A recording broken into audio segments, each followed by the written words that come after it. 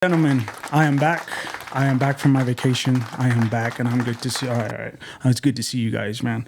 Hey, guys, check it out, man. This is a trip, man. This really is a trip, and it's an honor, man. Guys, I want you guys to meet Matt Villegas. That's crazy, though, man. Okay, so. Hey guys. Sorry, let's do that. Hey guys. Hey guys, let's get some more. Let's get some more. Let's welcome Matt Villegas. Thank you for having me. Yeah. Thank you. Also, girls, not just guys, girls out there. Thank you for watching. Thank you for having me. It's great to be here. No, it's good. It's an honor, man. Yeah. That's an honor getting you on here. That's crazy. Oh, it's an honor to be on a podcast, man. I haven't been on a podcast in a while. So. Yeah, and it's good seeing you. It's good meeting you. Great to meet you, man. I heard. I know I've seen you once. I've seen you once in Canyon, Texas. At the Sad Monkey. And it was a good show. That was legit a good show. But it was funny because they were, whenever it was the 806, and I always go there. I always look for talent to bring on here, and then the guys were like, "Hey, dude, bro, dude, what's up?" You know what I'm saying? Usually I just like, "What's up, guys? What's going on?" And they're like, dude, he's here. And I was like, who's here? Matt Villegas. I was like, "Oh, Matt."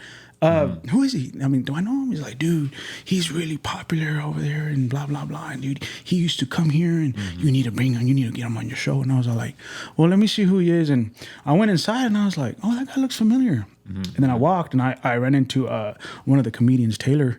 And I was like, Taylor, there's a guy here that we know that's super popular here. And he's like, oh, that's him over there. That's Matt. And I was like, oh. And then, you came closer and I was like, oh, yeah. Okay, it's starting to come back to me now. Yeah. Really hilarious, man, dude. Thanks, oh my gosh, appreciate dude. That. And dude, so yeah, just so I know, so we were what had happened was he performed at the 806 because we had an open mic, and bro, you blew that crowd out, man. That was like a home run.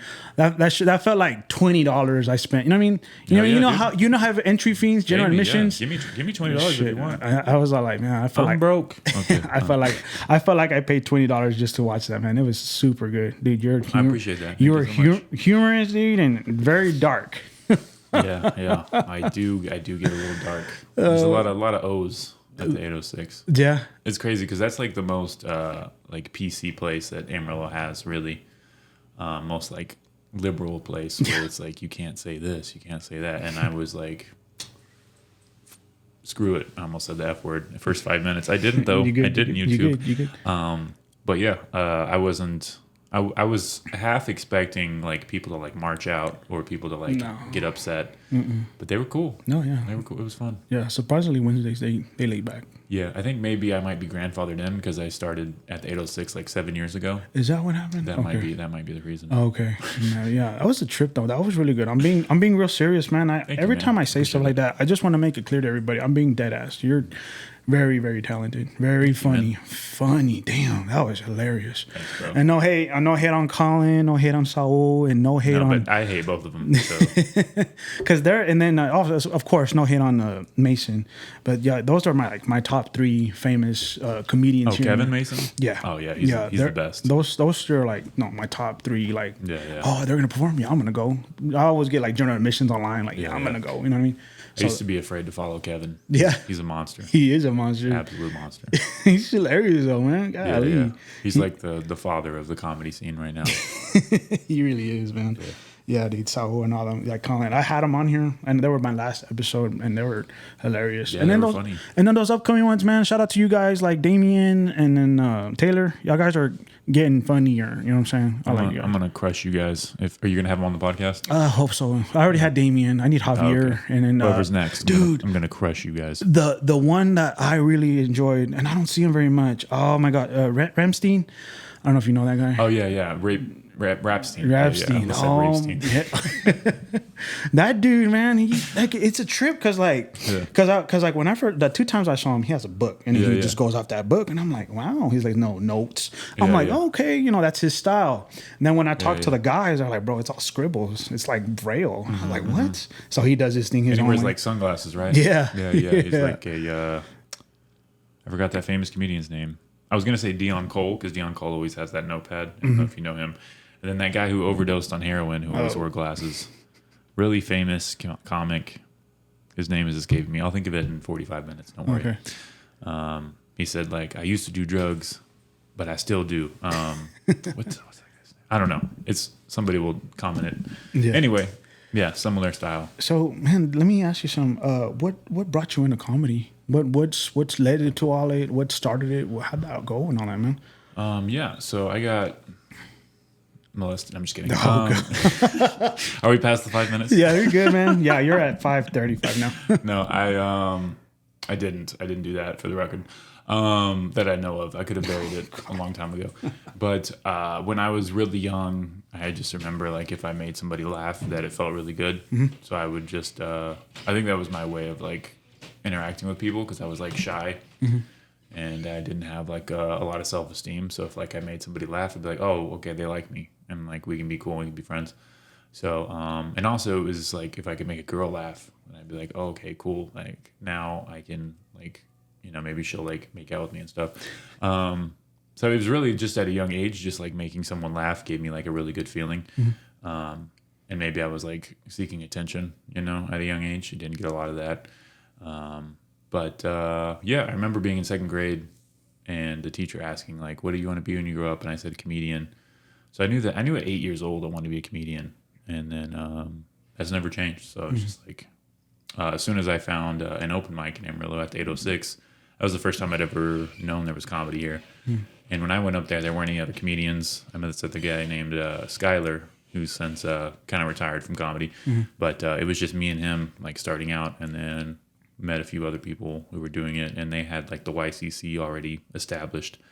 But they weren't doing like, they were afraid to do comedy too much because they felt like they would oversaturate the market, you know.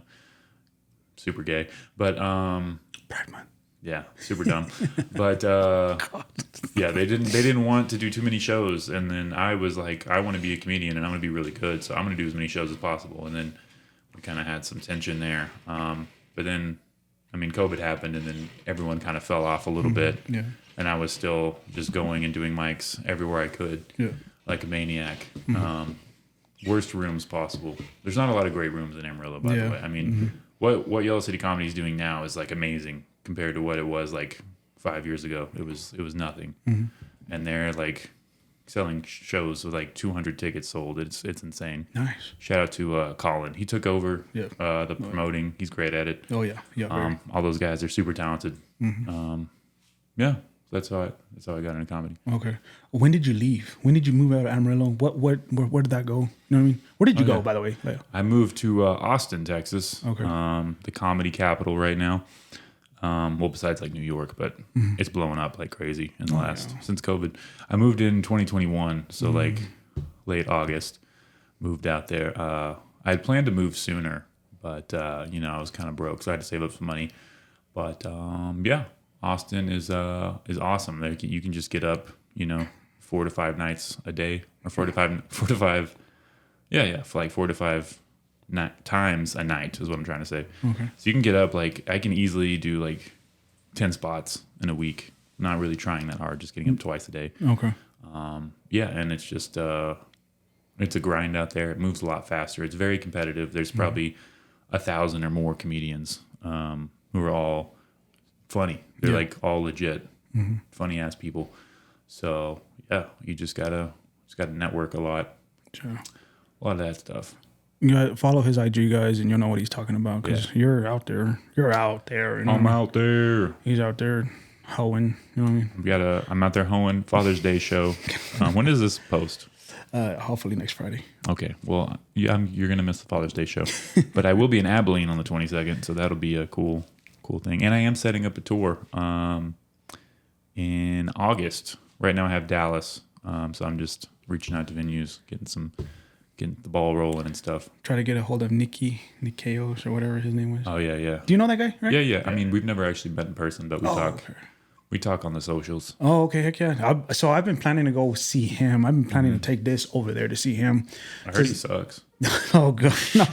He's the very first comedian that kind of got me into the Yellow City comedy. Because when I went to the 806, I guess 2 years ago, that was for like he was the first comedian. He talked about wrestling and girls and you let me ask you something. Do you ever just take a whiff of it? You know what I mean? You know, wrestling. And I'm like, what the hell? You would ask that? And ever since then, and then over time, I met Saul, and then I met Colin and Mason, and ever since then, I just started going. Every show they have here, I do my best to go. If I'm off, I will go. You know what I mean? What's up? So that's Which one do you hate the most?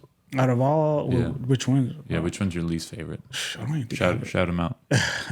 Shout out to no, I don't even know who's my least favorite. I haven't.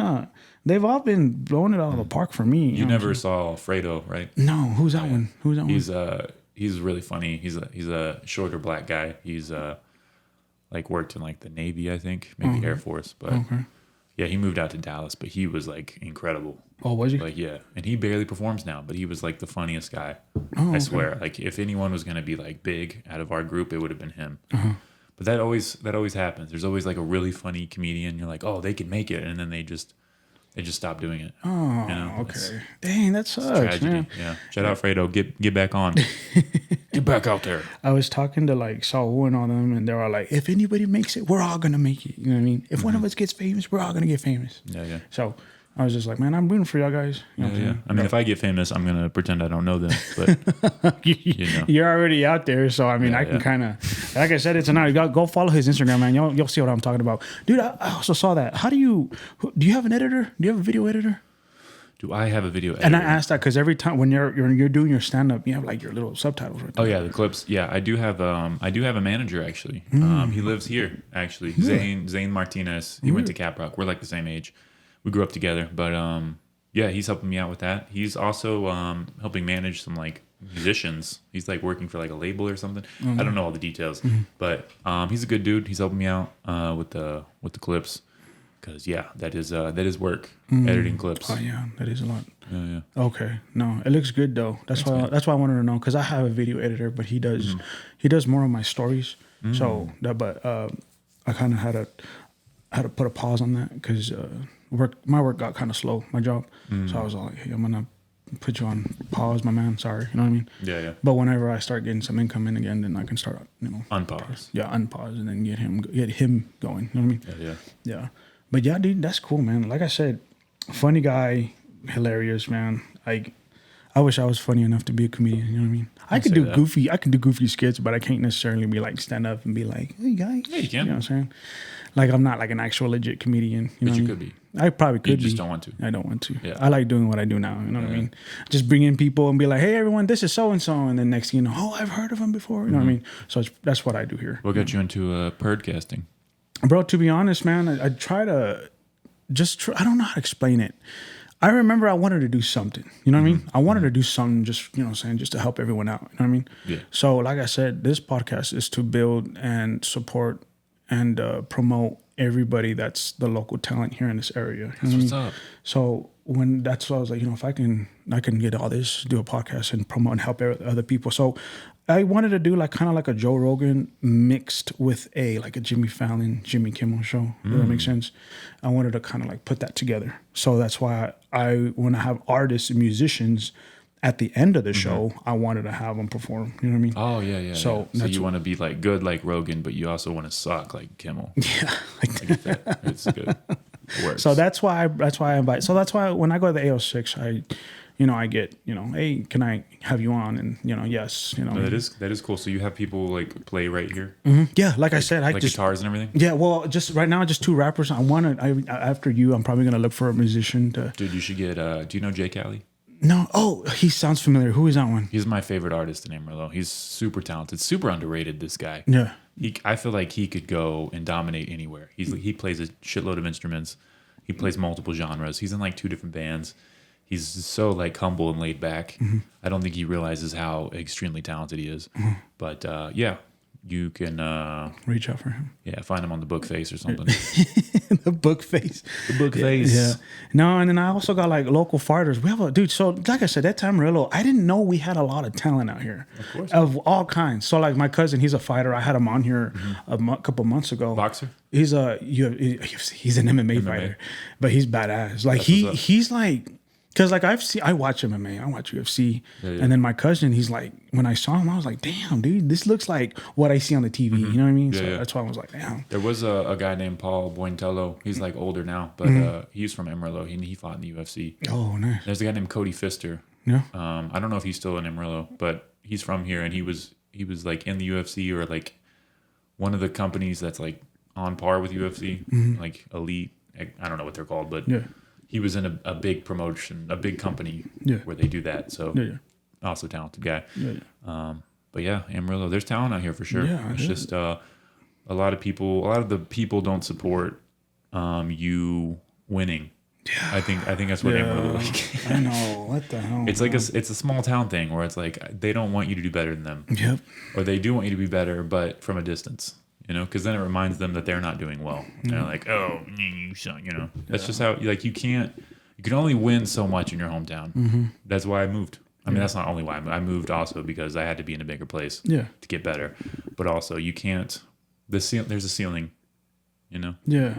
It's a small pond. Yeah. That's a trip though, man. You would think that people would be supporting you, but they're your haters. They just don't want to see you happy. That just makes no sense to me. Shout out my haters. I know they're watching. They're always watching. No. You know, I was asking Colin and Saul about this, man.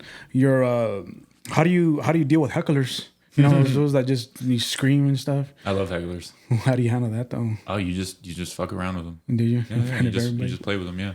Did you when in Canyon the sand monkey? Did you have to deal with that dude? Remember that dude with the red shirt? He was all drunk. Do you remember that? I remember saying something to him. But did you? Yeah, that's right. He wasn't too. He said a couple things, and then he was kind of quiet. Yeah. Oh, that's right. But he was also like he was more of like on the nice side of hecklers. Like, oh yeah, that's true. I don't really get mean to hecklers until they've like crossed a line. Like once you interrupt me 3 times, I'm gonna start saying mean things to you. Oh, okay. But if you're just like, you know, you think you're helping because you don't understand comedy and you're like trying to help with like punchlines, you're just saying stupid comments. Yeah.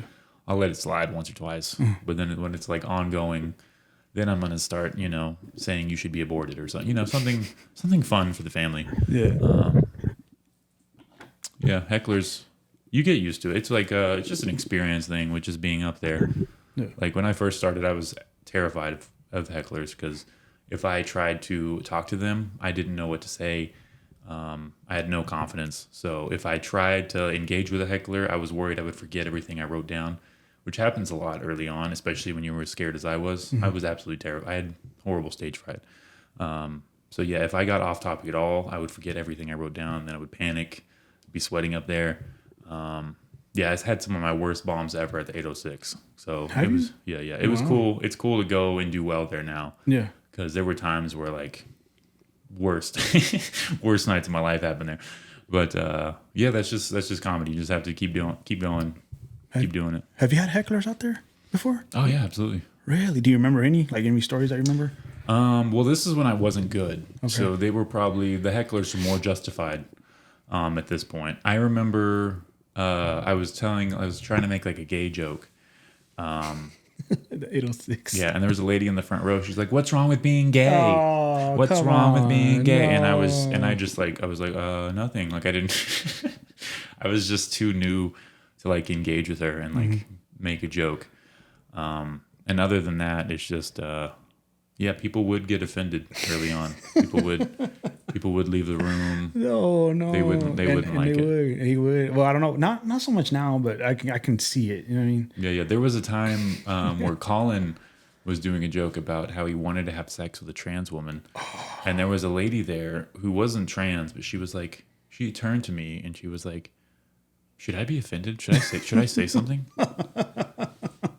Like, if you have to ask, no, you shouldn't. You shouldn't. Yeah. If you have to ask other people if you should be offended, then the answer is no. But she still like went up there and she was like complaining and like talking shit.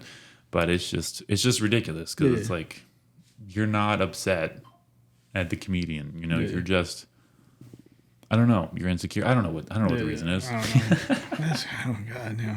Because his joke is pro-trans, but just the fact that he mentioned it made everyone just go, "Oh my God," you know. And it's just I don't understand why. I mean, no hate on. I'm not talking about the 806. Just in general, like why they get offended. You know what I'm saying? Like, you know, let's just let them play the joke. You know what I mean? Like I'm Hispanic, right? Or I'm Mexican. You know what I mean? A Mexican joke crossing the border. That's funny. I'm not offended. I'm just. It's a joke. It's all good. You know? Mexicans love Mexican jokes. Oh yeah. I mean, all the ones I've met. Oh yeah. Like, you talk about the border all you want. It's all good. You know what I mean? Yeah. I won't get offended. You know what I mean? Now if it's directly at me and then it's just consistent, it's like, hey man, you know what I mean? Yeah. But I mean, it's comedy. It's not. You know, there's no reason to be all upset about it. You know what I mean? Yeah, I think it's just with the younger people, it's they want everything to be about them. So like if you make a joke, it's not about them. They're gonna insert themselves in. They're gonna be like, well, I have a cousin who has 2 arms and 4 eyes, and or they're just like, you make a joke about like hot pockets, and like my uncle choked on a hot pocket when he was 11, and they'll get mad, So Yeah. it's more performative than anything. It's just when you're at the 806, I don't want to ruin your set like for future, just in case people hear it. But like It's already ruined. With the Palestine one, like oh, it supports Palestine. You younger guys, y'all already vocal about it. I laugh because like it's true, and I'm just like, because I don't know much about that. I haven't really looked into that. You want to know the crazy thing? Nobody does. No one. Oh, really? Yeah, so nobody in America knows what the fuck's going on over there. They're just all super opinionated. So I'm like, because like again, I'd rather know before I pick my, choose my side, but I don't want to get into it. But I'd rather not know. But these younger ones, like you brought up, they're like, oh, they're all about free Palestine, and I'm like, but just I thought that was funny how you brought that up. You younger ones are very vocal about that, and I'm like, they really are, man, they really are. Yeah. It's just part of. They want to be activists. They want to be involved, and it's a good sentiment, but it's also like, you don't know what the fuck you're talking about. Yep. You're a child. Shut up. Hey, but now, my question to you, man. You've been doing comedy for the longest time.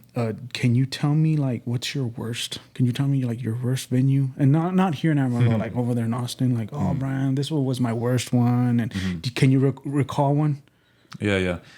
This one was actually at a bar called Quinlan's in Dallas. Okay. I think it's like maybe northeast. I don't remember the exact town. It's like a DFW area. Okay. But it was we got there. It was my first time doing it. So a Dallas comic invited me, and he was the host. And it was a black room, and they were all very rowdy before we started. Okay. And I'm only mentioning it as a black room because it was, not because I'm racist. Okay. I was gonna say what kind of crowd was it? No, they were being loud before it started, and he, the host, shout out this guy. I think his name is Rudy Ramsey. Probably a nice guy, but he went up as a host, and he did a horrible job as a host. Probably one of the worst jobs I've seen a host do, as far as getting the crowd engaged. He told like one joke, and then he just got off stage. He didn't warm up the crowd, and then he just threw us all up there, and every single person had a horrible set. When I went up there, I was like the 4th one, and no one did well. No one got laughs.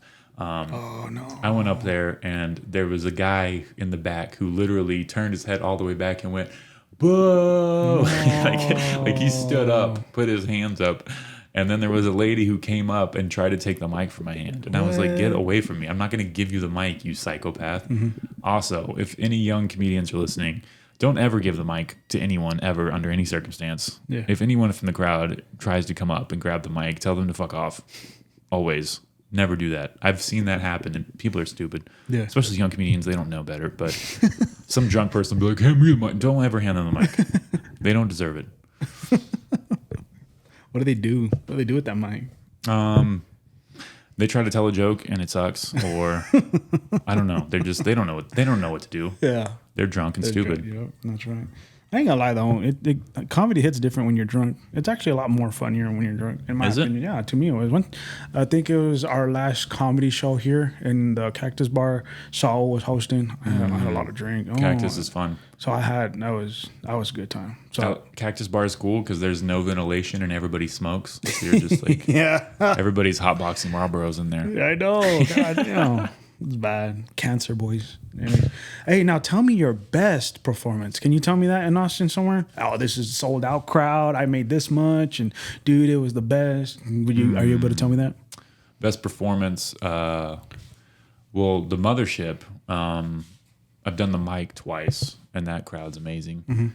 Let me think. Honestly, I think the best performance I've had was when I headlined in Lubbock last March. It was the day before I performed here. Oh, wow. But that crowd was amazing. And I made great money.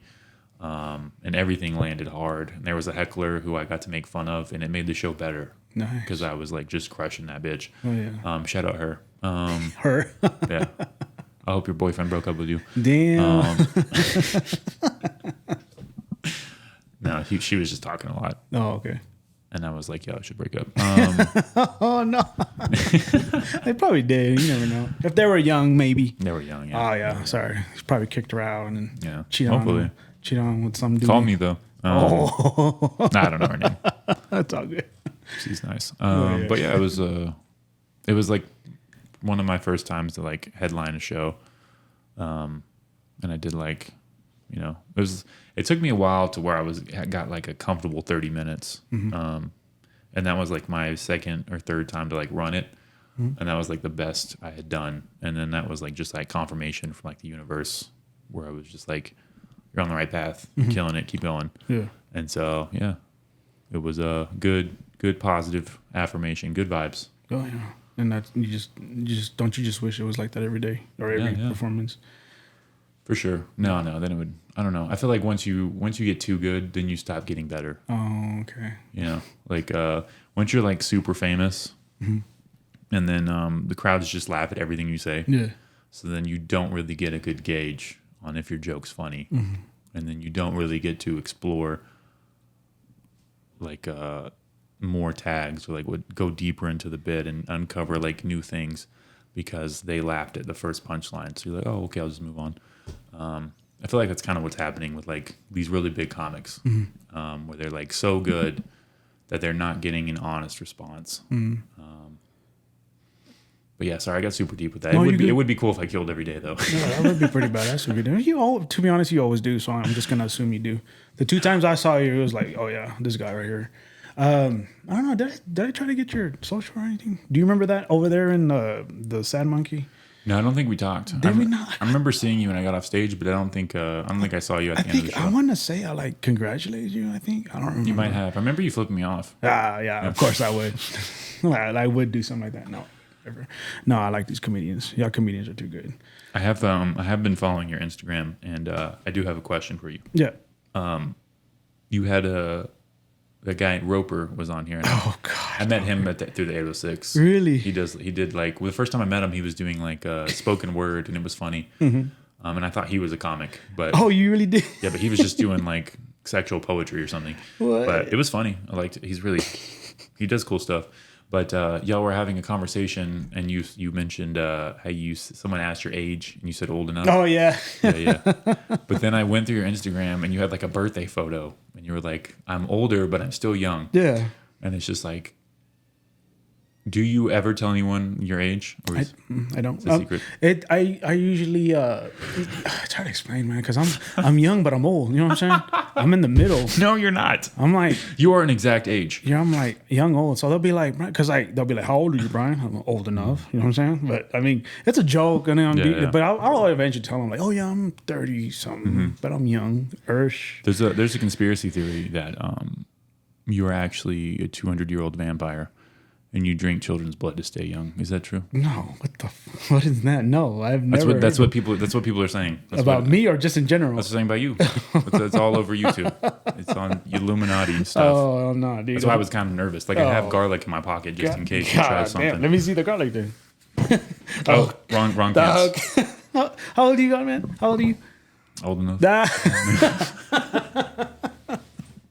No, man. It's just. You get older and you can't do things like you used to, man. I'm 30. I'm 30. But you like you said, because when you when on your thing you're like you can't have sex like you used to. And I'm over here thinking like, man, I can't drink like I used to, man. No, definitely not. And you can't do like my knee, like I'm somewhat active. I'm getting more active, but like my knees give out. You know what I mean? I used to run on the treadmill and jog on it like nothing. I used to be skinny. I just can't do it no more. You know what I mean? Like the body just breaks down. You know what I mean? Nah, bro. I don't believe you. I don't want to hear that shit. Yeah. Well, your body's not breaking down. Yeah. Oh yeah. Fucking fix it. I don't believe that shit. Ladies and gentlemen, we're going to go on break real quick, man. So let's thank our sponsors. This video is sponsored by, even though I don't have a sponsor, I don't have no sponsor. It's okay. Do you want to make one up? Yeah, let's make one up. What do you want to say? This is brought to you by Daryl's Douches. Put those in you, and you'll feel better. Stop them right up. Daryl's Douches. Put in promo code. I forgot the name of the podcast. The B Right Show. B Right. Put in hashtag B-Rye show. B-Rye? Yes. Okay. B-Rye?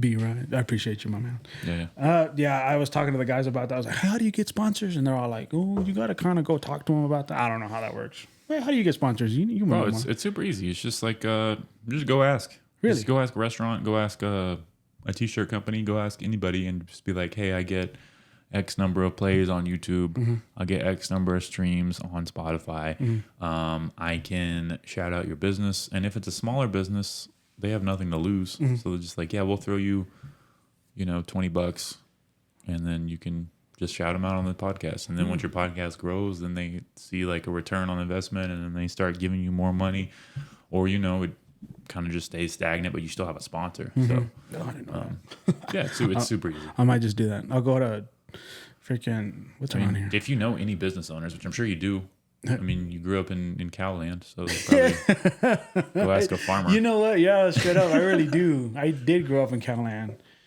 Not beef capital, but the cheeseburger capital of the world. I don't know if you heard about that. Cheeseburger capital. Bro, the cheeseburger capital of the world. Yeah, we're here in Friona? Yeah. Nuh-uh. Yeah, we're the cheese. Who says that? I guess the Friona did. Ronald McDonald didn't say that. So every summer, every 3rd, 4th of July. Cheeseburger capital. Yeah, straight up. You can literally Google it. It's the cheeseburger capital of the world. But that's made up. Go out and go. And so every summer they have a cheeseburger like a competition, and they serve quarter of cheese. I don't know how it is now, but a quarter of a cheeseburger from different venues or vendors, and then there's your burger. You know Who makes the best? I don't know. Everyone's different. So. Do people come from like all over the country? Yes, they really do. No way. Yeah, to Friona. Up. Yeah, it's that's crazy. It's always big every year. I haven't been in many years, but how many people are in Friona? Like 5,000? Yes, 5,000. So probably a good 3,000 more. Probably. So the population doubles during Cheeseburger Day. Just straight up, even the news comes around. The local news. Really? Yeah, News Channel 10. People will come for that event. All right, cheeseburger expert. What is if you could assemble a perfect burger, what would you put on it? Well, first of all, we'll get a Angus beef. We'll get it, obviously, grind it up and get it ready. You know what I'm saying? Get it all mushed up. Now, obviously, with me, you know what I'm saying, we'll get our cream cheese, we'll get our peppers, and then we'll toss them up, mix it with the patty. You know what I'm saying? Now we patty it up. Right now we patty it up. Now, so the cream cheese and the peppers are like embedded in the meat. Yes, or it's either embedded or you can like split it in half and then make a ball and then put it in the middle. One of the two.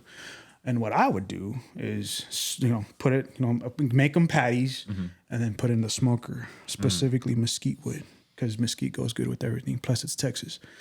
Then smoke that bad boy for a good 30 minutes. Get that smoke heat on there, and then, everyone does it different. For me, I throw it on the grill for a good sear it. Get that bad boy on there. After that, get the bun. Preferably put some butter on it. Maybe toast it. And then, obviously, okay, now you got your bun. You put the patty on there. Then you can get your lettuce, chop up some tomatoes, chop up some, specifically, what are those onions, those purple onions? I don't know what you would call them. I think they're red. Red onions, is that what they're called? Yeah, I'll put some red onions on there. Put some mayonnaise, preferably me. Or you can just get your own mustard. And it's what you want. And then after that, man, there's your burger. We'll call it Brian's. We'll call it Brian's Cream Cheeseburger. Brian's Cream Cheeseburger. Or we'll call it Cream Pie Burger. Cream Pie. I'm erect right now. That's cool. I like that. Yeah. Damn, I got myself hungry. I was actually craving a burger before I got here. Got real descriptive with that. I like that. You were ready for that question. I really was. I barbecue, man, so I kind of know how it goes. You know what I mean? That's what I do. Yeah. Very nice. Yeah. Dude. You do brisket? Yes, I do. Hell yeah. Yeah. I'll come back. I brine that bad boy 12 hours. 12 hours. Mesquite or pecan, preferably. Bro, you gotta... is there a good barbecue place here? I know Tyler's. Is that like the best one? Tyler's, and then you got Dyer's, and then you got... Dyer's is good. And then you got this one, Mitch's. You got to go to Austin for the barbecue. Yeah, I heard it was good out there. It's the bomb. Oh, who can you recommend? You're getting me hungry, bro. Terry Black's, Franklin's. There's this place called Snow's. I saw it on Netflix. And it's in this town called Giddings, which is like an hour south of Austin. But people show up and they camp overnight. Oh, wow. And they get in line at like 5 a.m. Really? Yeah. Big barbecue's crazy because it sells out at like 12. What? Yeah. Wow. Who's the one with the lady, the old lady that's on there? Is that? Yeah, I think that's the one. That's the one. Okay. If you watch the Netflix. Yeah, the documentary. Yeah. Oh, yeah, dude. Because I'm big on barbecue, so I used to watch that. Yeah, the freaking all those like techniques and stuff, and then I'm like, wow. And then there's like the original Blacks. So there's like a whole story, history, because Blacks was the original barbecue in Lockhart, and then I don't know if it was the brother or the son like branched out and opened Terry Black. So they're like a competitor, but they're both barbecue spots. Yeah. And I had this huge like beef rib from Terry Black's. It's like a dinosaur bone. It was amazing. Nice. Yeah. Did it come off the bone? Or no? Yeah. It was incredible. That's how it. Oh, God. I don't know why we talked about that, man. I'm already hungry now. What are you gonna go eat after this? I have no. I'm probably gonna go drink after this. I gotta catch up with some friends. I'm only in town like twice a year. So Twice a year, then. I'm actually glad you're here. Again, I'm very glad you're here. Oh, thank you for having me. I'm excited. I haven't been on a podcast in a while. So yeah, it's growing, man. I still got, like I said, I'm gonna get a lot of more people on here, dude. Oh, so when I started this podcast, I mean, we're talking about like I had per episode I upload, so many people hit me up. Every Friday, I'll get like 4 people hit me up. And then the following Friday, 4 more people hit me up. Following Friday, 3 people hit me up. I'm like, God damn. But I mean, I'm cool with it, man. It keeps me busy, keeps production going. And you're going to get the Viegas bump whenever I do a podcast. Oh, yeah. This is going to be your biggest. I'm just trying to sound like I'm Cat Williams. I mean, to be honest, you're pretty much my biggest. You're my biggest. What do you call it? My guest here. Oh, no. Because I took a break for a month. Because like I said, I took a break. I was just burned out. You know what I mean? I was just tired because I was overworking. You do it once a week? I do. Yeah, with the podcast, yes. Usually I get like 2 people. Like for example, Monday and then Tuesday, and then Friday I'll upload the Monday, and then the Tuesday I'll upload the following Friday. Right? It's a lot. It's very time consuming. Yeah. Oh yeah, dude. That's bad. I used to do. My podcast was very close to yours because I wanted to do just comedians, but there was 5 of us, so I branched out and I did a bunch of artists, like any artist I could find. I actually met really cool people. I met this guy who was a firefighter, and he was like super like deep and profound, and he read a lot of books, and I just met like incredible people that I would have talked to if it wasn't for my podcast. Yeah. So yeah, man, it's a good time. It's good to branch out. You learn a lot doing this. Oh yeah, straight up, dude. So yeah, and then like I said, man, I just bring in people, and it keeps me busy. You know what I'm saying? It keeps the production going, it keeps the numbers going, and it keeps the subscriber count going. And then I just got to keep consistent. You know what I mean? It is sometimes you'll interview an artist, like a musician, like a guitar player, and you'll find out that they're super awkward. Yeah, super, like there's a lot of musicians who aren't social at all. And you get them on the podcast, and just like, oh my gosh, I am kind of. So watch out for that. I'm looking forward to that now. Yeah, I would say with certain musicians, have a good conversation with them before the podcast, so they're not super awkward. I probably should. I really, I'm kind of glad you told me about that. I was gonna say something about that actually. I forgot what it was, but no, I told you. So I took a break, man, and then I feel good now. I was like, I went on hiking trails. I saw clear water. You know what I'm saying? And then I was in Florida, by the way. I was out there. Yeah, I was out there. I was going to say, you didn't see clear water in Texas. No, I wish, man. Imagine. All you can find is oil and dead hobos at our beaches. Straight. Oh, man. I love Texas. Well, I like Dallas, you know what I mean? Or the beach, Houston. Anyways, no, I took a break, and then out of nowhere, here's Matt right here.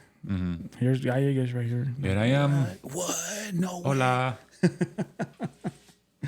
Oh, man, dude. Bro, what's next for you, man? So what are you going to do now? So, like, what's next for you in your journey, your comedian journey, man? Are you going to try to start something new, or what are you going to do? Yo, I'm thinking about getting into cocaine. Oh,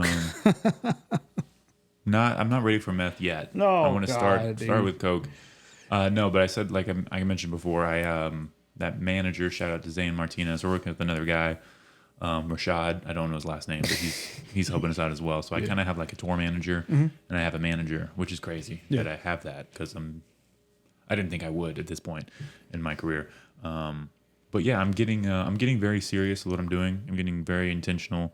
I'm working towards not having a 9-to-5, just getting paid off of gigs, because I think that's my purpose is comedy. So I want to lean all the way into my talents and stop working for other people, stop making other people's dreams come true and make my dreams come true. So yeah, my goal, long-term goal, next 3 to 5 years, I don't want a 9-to-5. I want to be my own boss, entrepreneur spirit. I want to make money while I sleep, all that good stuff they talk about, you know. But yeah, I'm setting up my first tour end of August, so it'll just be like 4 or 5 days. And then that's going to be the getting my foot in the door reaching out to other cities, other venues. I have an EPK I'm putting together, which is an electronic press kit. So like artists, musicians, comedians, they send that out to bookers, and that's how they get booked. So I have that, and I'm putting a shitload of clips on Instagram. I'm really like working on promoting myself, getting numbers up, doing everything I need to do business wise, so that I can flourish as an artist. So that's really to be an artist with the internet. You have to be an entrepreneur. You have to be business minded, because otherwise you're not going to get very far if you're not promoting yourself, if you're not constantly talking about yourself, getting in front of the right people and working. Like you can there's comedians, like David Tell, who will kind of like just sit back and just focus on the art. And I mean, it works for them. I don't think it's realistic now, because he's older. I don't know if you can do that like you could in the 80s or 90s. Just because the internet moves fast, and people are creating like Matt Rife created his whole career off of TikTok. Oh yeah. I mean, he was on Wild 'N Out also, but he wasn't big till TikTok. And that's a ton of artists like Andrew Scholes blew up on YouTube. A ton of people are just, they're blowing up themselves without any gatekeepers, without any industry. The industry's dead. So, if you want to make it, you have to be an entrepreneur. You have to wear 10 hats. You have to be everything rolled into one. And you got to have good people around you, of course. Oh yeah. That's one of the main ones, I think. That's good, man. I'm really pushing for you, man. I really want to see you progress. Your tour, is it local? I'm local. Is it just, is it local, Austin? It's local. Okay, it's not like, I'm going to Houston, I'm going to Dallas, I'm going to... No, it's a Tiny Texas tour is the name of it. So I'm actually going to go to Houston and Dallas. I'm going to I can hit up Abilene. I could hit up Lubbock and Amarillo, but I always do that. So I'm probably going to leave them off for now. I'm going to hit up Abilene, Midland, the Dallas area, Houston area, San Antonio. I'm just gonna see, because I have my tour manager reaching out to venues now, and he has some connections I don't. But so those are just a handful of things. You might find some other spots along the way. Okay. So you're gonna have like a comedy tour, like like a banner of like comedy. Yeah. Okay, that's badass. Right? I'll list some dates. Midland is close to where I'm at. I can just stay at my mom's, and then all right, let's go to Midland. You know what I mean? I'm always down for. What do you mean it's close to? It's close to here? Friona. Friona's close to Midland? 3 hours. It's closest. I'd rather do. How far is Friona from Amarillo? 1 hour. Okay. So instead of driving 4 hours, it'd be 3. Nice. Stay at my mom, and then just come back the next night. But Shout out dude. Midland. But yeah, man, like I said, good comedian, dude. You're freaking hilarious. Thanks, man. Now, I just wanted to bring this up because you brought up just a joke, Coke, whatever. Yeah. I went to my first rave in Florida for the first time. Nice. Man, have you ever been to one? No, did you wear like nipple tassels or anything? This is my first time. No, what is that? Nipple tassels. You get the little nipple clamps and you twirl them around. What the hell? Sometimes they get light up. I thought girls did that. Yeah, but guys, it's 2024, bro. Yeah, that's true. Yeah. It's Pride Month. Throw a butt plug in. Who cares? God damn. It's a rave. Probably. Yeah. So have you been to one though? No. You never been to one? No, I was planning on going to one Saturday, but that's if I leave on time, because I might stay here and hang out with some people. But there is a rave Saturday in Austin. Okay. And I was gonna go look at Hoochie Mamas and stuff. Dude, how was it? Dude, you need to go. I have never in my life been to one. I have never been to a rave. There were times it was a festival. You know what I'm saying? It was like 4 giant stages and a bunch of just half naked women on the floor. Like, I am not joking. Yeah. We're talking about like half naked. Like, we're talking about booty just like jiggling everywhere. I love that. It's my favorite thing. You need to go. It's my favorite thing in America. So when I went, I met up with some of my friends from Albuquerque, you know what I'm saying? And they were like, apparently Albuquerque is pretty big on raving, apparently. I bet. It's boring as shit there. Yeah, it really is. It really is. It's kind of crazy out there. But I went, man, and like I said, it's like, hey, come out here, Brian, because I have to go to the airport Sunday morning in Orlando. Well, I'm like, okay, I'll just go to Orlando and kill time until I got to go to the airport. I went, they invited me, like I said, saw like half naked. I just came in with like shorts and a cut shirt, no sleeve, and I'm just like, all right, I'm just gonna go, and no one really cared. But it was crazy, like it was just so wild. But what I mean is, like, it was wild with the whole, Did you do anything? And then can you say that on the pod? No, I know. Well, I'd rather not. Well, I mean, no, I didn't do it. Oh, you can say it. He did. No, He did it, guys. He did it. Brian is a coke addict. God, no. Breaking news. Your favorite podcast host is on drugs and not the good kind. Oh my gosh, bro.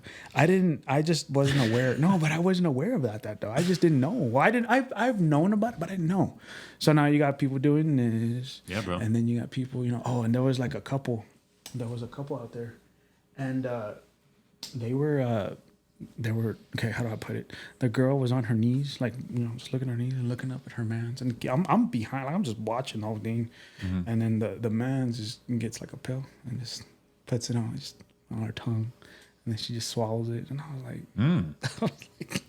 I was thinking blowjob. You guys were thinking blowjob too, right? Too, but I was like, I'm like, right here. And then he just sticks I don't know what it was, but he sticks it in her mouth and put it in her mouth. Is it plan B? Probably. But yeah, dude, I didn't know. They were like, oh, they take this, they take that, and then they snort this, and it was crazy. At night, a lot of people were like zombies, and people would just come up to you. Oh, you need to go. Just go to one. If you do, go and then record it and then tell me how it goes. I'm not a Coke fan because Coke ruins lives. But I do enjoy mushrooms, acid. I like psychedelics. Okay, I've never tried them. I want to try them though. Mushrooms are good. I recommend mushrooms. I'd recommend doing at least 3 grams if you want to get a full dose. And yeah, either like be in nature or just like chill at home. What do you see when you're on those? So really it looks like everything is breathing. Really? It's like you'll see like the trees. You feel like you can talk to trees. That sounds crazy, but it really does feel like that. Really? And then you just like last time I did, this is a crazy story.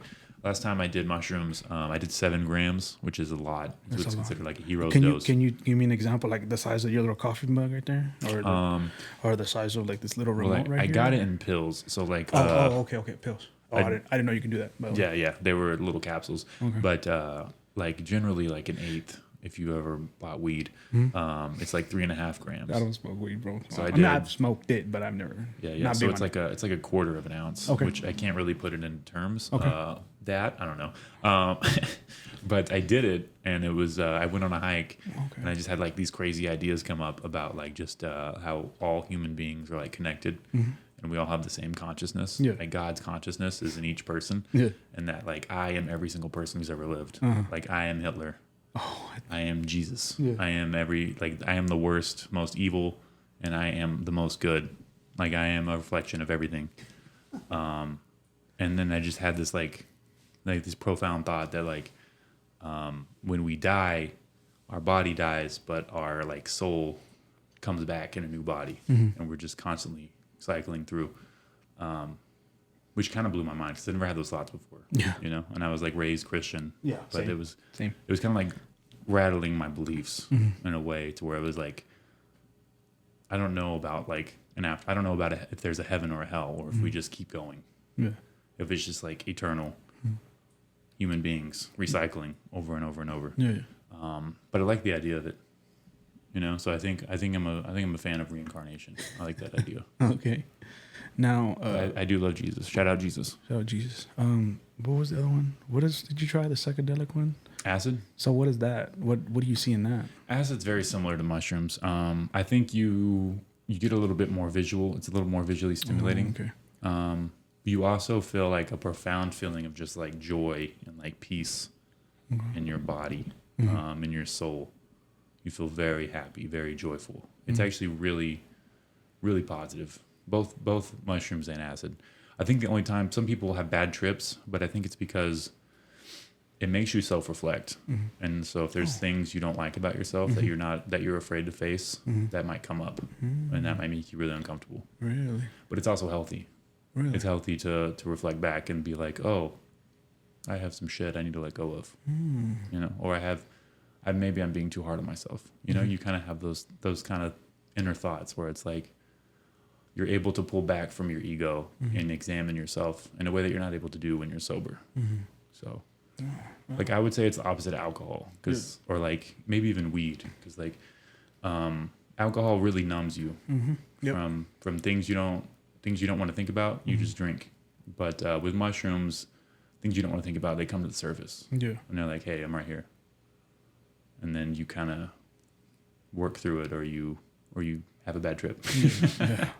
I heard about you. I was told, you got to have a good mindset. Yeah, definitely. You got to be in a positive place. Yeah. So, because for example, I wanted to try it. There was this one time. It was because my dad had passed away in 2020. 2020. And I was like, hey, should I try it? Like, no, Brian, your dad had just passed. You can't be doing that now. And I was like, all right. So, never did it. I mean, I've been curious to try it, but I mean, I never got around. I don't know who to talk to about it. There is like a healing factor with mushrooms specifically. Really? So I feel like it's like a spiritual experience. Yeah. Oh yeah. For sure. But yeah, I think, I mean, if someone in your family passes, I think that might be like a perfect time to do it. But I don't know. I mean, everybody's different. Yeah, I don't know. But now, what about like? Is there more? I know there's more because he was telling me there's one called. I think it's called ecstasy. Ecstasy. No, yeah. what is that? What does that do? I do want to do. I'm not even a drug expert, but I'll answer all your drug questions. Okay. This is for all of us, not just me. You know what I'm saying? Education, guys. Ecstasy is like a MDMA. It's like a party drug. So it gives you a huge rush of like dopamine and like you feel a lot of love. That's why people on ecstasy are always like everyone at the rave is on ecstasy, most likely. So you just feel like a lot of outward expression of like love and like joy, and you feel really good and you feel amazing. It's a huge dump of like dopamine. So you get flushed of all your dopamine. So the next day you just feel like completely exhausted, like you got your ass kicked. Really? Yeah, I've only done MDMA, or maybe I guess it was Molly, which is like a pure form of ecstasy. I had a friend of mine. I went to a Tool concert, and a friend of mine. I love that band, by the way. I just got into that band. I love it. Go on. Oh, really? Yeah, they're awesome. Anyway, he put a key bump of Molly into my beer, and I drank it, and then I ate like a gram of mushrooms, and I went to the concert, and it was awesome. It was great. Oh, okay. It was beautiful. Okay. But yeah, I just felt really, really good, and I didn't feel like what's the word I'm looking for? I didn't feel like necessarily like high or like out of control, because I did a small amount, so I was like sober, but I felt amazing. Yeah. So it was like a really good, like my mind was like clear, and I just felt really good. So it was a good time. Okay. There was this one time where I used to work. There was this lady. She said this to me. This is the type of woman that like wanted to be passed around. Like she wanted to be passed around. She was like in her late 30s. Me too. 40s. Me too, America. I'm I'm gonna talk like Bernie Mac. And she was all like, Brian, we need to try ecstasy together. You, me, and Daniel. And I was like, Daniel. Yeah, Bitch, what? Yeah, and I was like, so I thought to myself, I was like, why specifically me and Daniel? It's like another coworker of mine. I was like, no, thank you, I'm good. You know. Yeah, she definitely wanted your dick. 100%. Yeah. So that's why I was like, I'm good. We good. I don't want to try that with you and Daniel. I've never had ecstasy sex. I'm sure it's amazing. I guess I've had mushroom sex. It was pretty cool. The only thing I've ever done, honestly, I mean, drinking. Now, drinking, I can't really drink as much as I used to. Like, I blacked out in Florida twice. Drinking sucks. Yeah, it's not like I said, I can't do it like how I used to. I used to be like, Four Loko, and then pregame with the four, like a straight up pregame Four Loko. Damn, that's when I first started drinking. 15, 16 years old, I would drink Four Locos. Damn, yeah. That's because I couldn't buy beer. I just had to drink whatever they had, whatever the older people were drinking. So dang. Oh yeah. Yeah. So yeah, I used to just start with the Four Loko and then meet up with some of the buddies at one of the bars around here and just shot after shot, a bucket of Dos Equis and just go ham. Bucket of shots. Yeah, and then just drive home like nothing ever happened. Yeah, and then wake up with no hangover. I don't get hangovers. Well, not like I get hangovers, but not like You still don't? No. Damn. No, I mean I wake up like even at your age of 200 as a vampire, you don't get hangovers. That's crazy. Yeah. I mean, I'm not perfect. I do get hangovers depending on what I drink. Yeah. But like not all the time, like everyone else. You know what I mean? But yeah. I haven't. Sorry. Go ahead. I keep interrupting. No. Go ahead, man. Go ahead. I was gonna switch to weed, but I was just gonna add on alcohol. I've cut back on alcohol tremendously, like in the last 2 to 3 years. And just specifically for the hangovers, also for just like health reasons. Like I feel like it's just like extra calories, and I was at a point where I was trying to like cut. So I get drunk like maybe once a year, like on a special occasion, like if I'm back home in Amarillo, like I'm gonna drink tonight. But when I'm like focused and I'm like working and stuff, I don't really get an alcohol, and it's because like even if I don't get hungover, if I drink all night, the next day I'm just exhausted. It's like I didn't even go to sleep. It's like I could lay in bed for 10 hours and still feel like I didn't sleep. Yeah. And that shit sucks. That shit just, every time, like a hangover lasts all damn day. Even if I didn't get like crazy drunk, it still fucks with me for a long time. So yeah, alcohol sucks. Yeah. In conclusion. In conclusion. And then, so like, this is something I know you don't know about. A lot of people really didn't know about, but like, I didn't start drinking until I was 24 years old. Oh, that's impressive. 24. Everybody started at 13, 16, you know. I grew up really like religious, so like alcohol was out of the family. Not Catholic? No, it was Protestant. Oh, that makes sense, because Catholics drink. Yeah, they drink wine. I'm 11, bitch. So no, and then my friends were like, "Hey, let's," because at the time they were like, "You don't drink," and then they were all like, "Hey, Brian, let's go get a beer." Nah, I'm just joking. And then I was 24. I was like, guys, let's go ahead. I'll try it. Let's do it. Yeah. And so they were all excited. They like rushed into the car and they took us to the convenience store. My first beer ever was called a Red's Apple. I don't like apple beers. Yeah, the little feminine Not bitch a fan. drinks. Come on, guys. And then the other one was it was a Dos Equis. Dos Equis was my first official beer, and ever since then, man, I still love Dos Equis. Yeah, they're good. Real good. I mean, I like don't get me wrong, I like Michelob, and and then I like Modelo. The older I get, the more I appreciate the simple beers. Yeah, because I feel like in my early 20s, I was like, oh, let me go try this craft beer. Let me go try this double IPA. Yeah. And now I hate those beers. Yeah, straight up, man. Golly. I don't want to drink a Bush. For real. And so, no, and then, as I got older, like over time, I started learning about hangovers. And, you're not invincible, I promise you. Like when you're drunk, people think you're not, like when you're drunk, you think you're invincible. Yeah. You're not. And you're really just dumb as hell. Yep. I mean, I'm going to get into that. I mean, I'm probably not with you, but I'm going to get into that alcohol one day. But now switching over to weed. I was 27 when I first smoked weed. That's impressive. That's the first time I ever smoked weed. You got your brain to fully develop before you smoked weed. That's actually, I support that. Is that how it is? Yeah. So because the male brain isn't done developing until like age 24.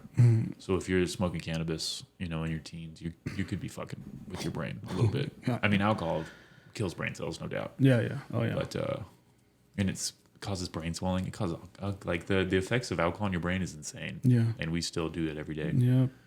But weed, I don't think weed's as bad, but it can still especially if you have like any sort of schizophrenia or anything in your family, weed can really fuck with you. Really? Yeah. Oh, wow.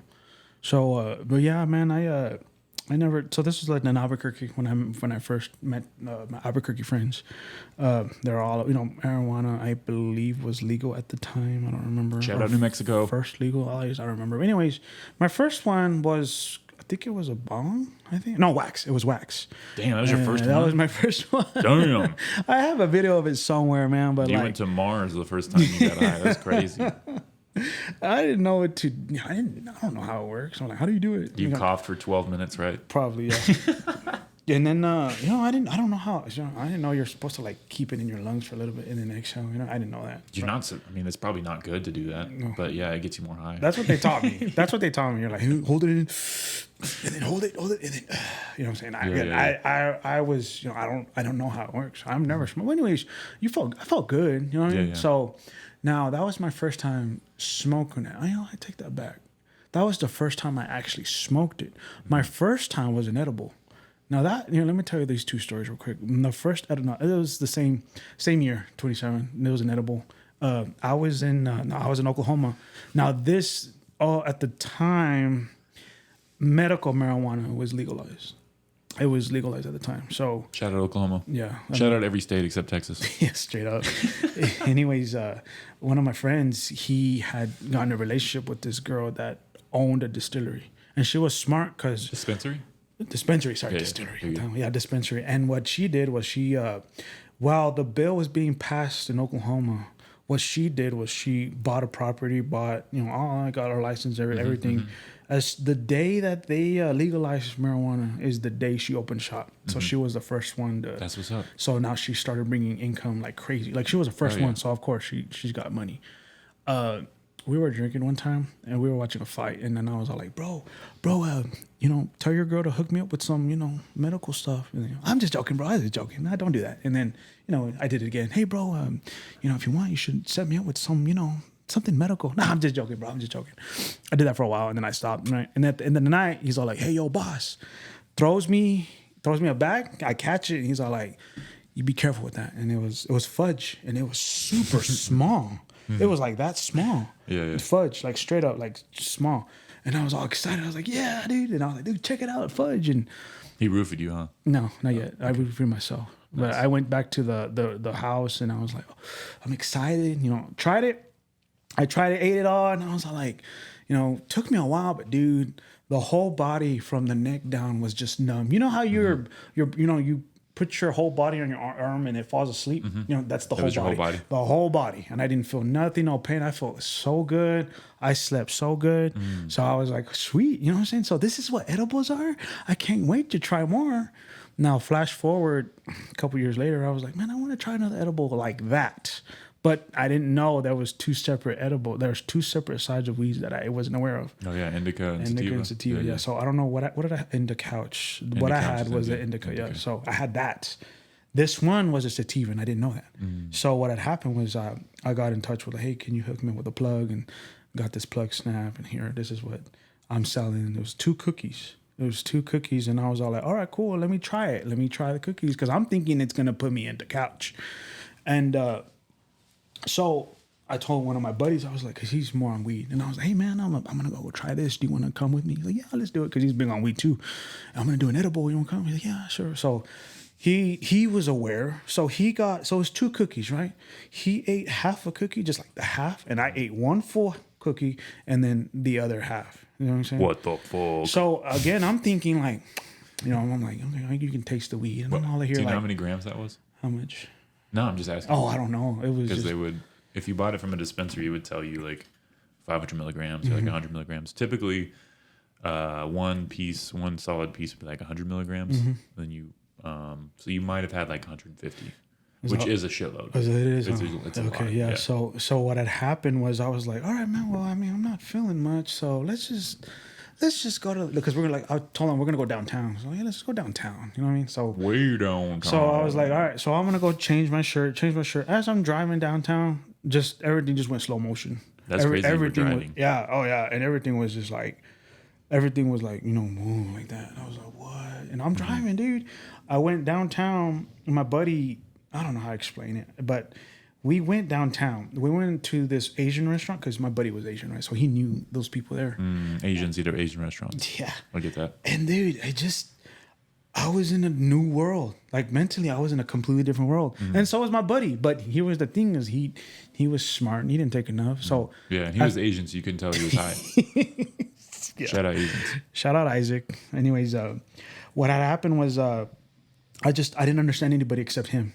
So I felt like I was in the bubble, but me and him. Do you feel like you could speak Chinese? No, Oh, okay. I just couldn't speak at all. I was just like, I'm over here paranoid, man, because I was like, how do I get rid of this? I don't know what to do. Damn, that was thunder, serious huh? thunder. Yeah. It was loud.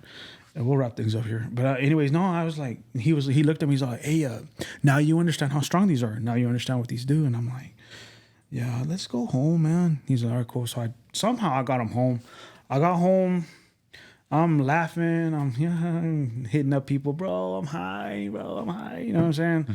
And then the next day was the worst experience ever because I went, I was like, I want to go pick up my nephew. I'm real close to my nephew. Drove all the way to Fiona. But this is how it was. I closed my eyes and I'm in the car. Close my eyes. My nephew is in the car with me and I'm driving to Amarillo. Close my eyes again and now I'm in one of the lakes out here. Close to the hospital. Your car is in the lake? No. I'm at the lake. No. We're Okay. fishing. We're fishing, and I'm like, what in the world? Where am I? So you're just on like autopilot? I guess, yeah. And then I did it again, do this, open my eyes, and I'm back in the truck with the fishing gear in the back. I'm already like halfway. You're like, what happened? Yeah, and I'm I like, caught 12 fish. Damn. yeah, straight up, dude. And then after that, and then close my eyes again, and it's already nighttime, and my nephew's right beside me. We're watching a movie, and I'm like, dude. Did you ask him about the day? No, I didn't. I don't remember. He wasn't like, Uncle, you've been high as fuck the last 2 days. No, he was a kid at the time. He's a teenager now, so I'm sure he would know. But Yeah. at the time, dude, and ever since then, I never messed with edibles. Not ever since that. That's day. Crazy. Maybe you have superpowers. You ever think about that? Probably. Like you black out and you become like a good Samaritan. I blacked out and I fed a whole village with fish. But yeah, man, I have never. 4 fish and 3 loaves of bread. Bro, okay, I want to know now. What is your edible story? You've had to have What one. is my edible story? Yeah, there's got it. I know you have one. Do you remember? You're over here thinking like, which one was it? No, I've only had like 1, 2. Those are the 2 I've ever had. I've only had 75. Oh, so God. it's tough to pick. I don't even really like edibles because I always overdo it. Oh, Yeah. okay. And then I just lay down for a long time. Edibles just put me on my ass. I don't really. I'm trying to think of a good edible story. No, generally, like I just eat a lot. Okay. And then I go to sleep, and then I float around, and I wake up, and I'm still high. My eyes are bloodshot. Have you ever tried to sleep on edibles and you can't? No, never. You've never been so high you can't sleep, and you're just floating above your bed? No. Oh, wow. Golly, no. Yeah, I've been there. Back in high school, we used to make weed brownies, and we put way too much weed in the brownies. Oh, And then I would feel like I was floating above the couch. wow. Yeah. Real quick, how do you put weed in brownies? How does that work? Do they like get the plant and crush it up, or Yeah, so you grind up the weed and you put it into an oil. grind? And then you use the oil to cook the okay, whatever you want to cook. Okay, So okay. it's pretty simple. Okay. Yeah, but I don't, because the edible high hits you different. Oh, Because yeah. your body it's going through your digestive system as opposed to your bloodstream and your brain and all that. So it hits you in a completely different way. And I've never really enjoyed an edible high. I don't have any crazy stories. There was a time where I went to all subs on mushrooms, super high, super out of my mind. And I walked in and I just yelled. I didn't mean to yell. I was just talking loud and I couldn't help it. And I was like, "Do you guys have water?" And then I just started laughing. I laughed for like 10 minutes straight in front of everybody. So they knew I was on drugs. No. But yeah, with edibles, I'm not very outgoing. Okay. I wish I had a cool edible story. I mean, there was times in Denver where I ate a lot of edibles and I just laid down in a hostel. You ever been in a hostel? No. Yeah, I stayed in a hostel in Denver with another comedian. Oh, okay. Hostel, like a kind of like a roommate kind of deal. Like Yeah, it's like it's like a hotel, except everyone shares one bathroom. Yeah, and you get murdered if you're in Europe. If you've seen the movie Hostel. Oh yeah. Yeah. But yeah, the thing about Denver is when I go to Colorado, it's like the weed. If you go for the weed, you get baked out of your mind. Yeah. And then you're just like, why am I this high at 10 a.m.? Oh, wow. Like there is no reason for me to be this high at 10 a.m. And that's all that happens when I go to Colorado. It's just like I'm too high to function, and the Price is Right is on. Like this is, I didn't plan out my day. Yeah.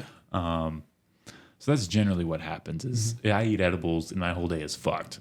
I'm just I'm just floating in space. Being a little moon rock. Yeah. That's what I would call myself, a moon rock. Moon rock. Yeah. Oh my gosh, man. That's cool. That's crazy though, man. But all right, let's go ahead and wrap things up, man. All right. Rams. Okay. What was your last name? Drugs. Villegas. Villegas. Yes. My Dan, right? Dan, right? Villegas. Dan Villegas. Dan Villegas. Villegas. My you look white, bro. I'm sorry. You look. no, white, I am. Bro. Are you? I'm half. You're half. Okay, I'm a hybrid. You're a hybrid. Daywalker. As they call. I'm Blade. You're a vampire too, so that's crazy. Dude, heck yeah, man. ClementesCorner on Instagram. Clemente is my first name. Oh, okay. And ClementesCorner was the name of my podcast. Okay. So branding, which I'm going to bring my podcast back. So eventually, Do it. Look forward in the future. In the future. On Spotify. On YouTube. Possibly. I don't know if I'll be on YouTube. I have to get some badass equipment. Get some good cameras. I mean, you can, start small. You know what I'm saying? That's all up to you. Yeah. You can even message me and be like, hey, how do I do? You can. It's not. It takes time to learn, but you'll get it. But yeah, ladies and gentlemen, man, Dan Villegas. My name's not Dan. I just thought it was funny. Oh, okay. What's Dan either way? Yeah, it's Dan. Dan the man. Dan the man. Don't put it under Dan when you upload the video though. Okay. I want people to know my real name is Craig. Mr. Villegas, everybody. One of the best, funniest comedians here in the state of Texas. I'm not joking. I'm not trying to kiss his ass. I'm being dead ass. He is hilarious. Yes. And B. Rye, one of the best podcasters Upcoming. in the tri-state area. Oh, yeah. My goal is by the end of the year, I at least would like everybody to know who I am. You know what I mean? Yeah, In everybody? Amarillo. Oh, okay, everybody in Amarillo. Yeah, in Amarillo. And then next year would be. It's a tough market. A lot of old people who don't listen to podcasts. How you gonna get them? How you gonna pull them in? Shit, What are you gonna do? Freaking beers. Have you heard of that podcast, Hey Amarillo? Is that still a thing? I don't even know. I don't know. I think that was like the biggest podcast for a while. The only podcast I know of is the Almighty Sai. The Moshcast. The Moshcast. He invited me on once, but I wasn't in town anymore. Oh, okay. He seems cool. Oh, he is He cool. raps, right? Yes. He's really live. He's badass. I was like, what the hell? I didn't know he was good. His podcast is good. I listened to it probably like 3 years ago, but yeah. He kind of. I think he slowed down a little bit. It's hard to keep it going. Momentum. It really How many is. episodes are you in? I don't know. 17, 12? You should retire. Yeah.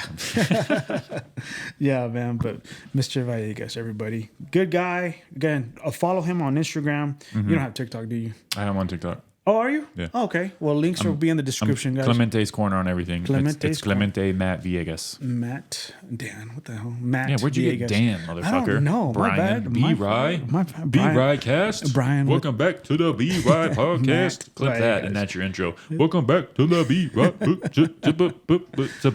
B-Rye. Hell yeah. I'm gonna see if I can clip that. Clip that. If I just clip that, to be honest. Clip that. I'm gonna try to Clip clip that. I will probably clip that. Anyways, like I said, man, ladies and gentlemen, thank you guys for being here, man. Matt, thank you so much for being here. It's an honor. Thank you for being and here. I'm being serious. It's an honor. I took a break. Next thing you know, here's Matt Villegas. Yeah. Like out of nowhere. Like Thank you for being alive. Thank you for being a Protestant. Thank you for leaving Friona. Yeah, straight up. Get out of that small town. Damn. To explore Yellow City. Straight up. Thank you for going to the 806 with a laptop. I don't know what you were studying. Nothing important. And thank you for having a cool podcast with great lights and cameras. Yeah. Appreciate it. Heck yeah, man. I appreciate it. Anyways, ladies and gentlemen, thank you guys so much for being here. This is the B-Rye Show. It's about to rain, so homeboys better get out of here. Anyways, thank you guys so much, man. Rain dance. I'll see you guys, and I will see you, my man, next time. I'll be back next week. Are you really? No. All right, guys. You have a good night, man. Thank y'all so much.